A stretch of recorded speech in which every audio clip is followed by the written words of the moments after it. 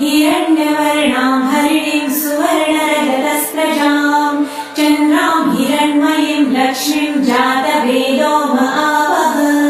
ताम आवह जातवेदो लक्ष्मीमनपगामिनीं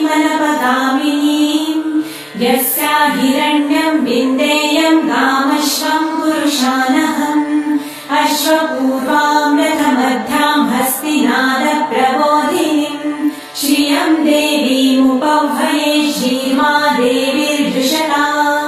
तां सुस्मितां हिरण्यप्राकारामादाज्वलन्तीं तृप्तां तर्पयन्तीं पद्मे स्थितां पद्मवर्णां तामिहोपह्वये श्रियं चन्द्रां प्रभासां यशसा ज्वलन्तीं श्रियं लोके देवजुष्टामुदारां तां पद्मिनीं शरणमहं प्रपद्ये लक्ष्मीर्मे नश्यतां त्वां वृणे आदित्यवर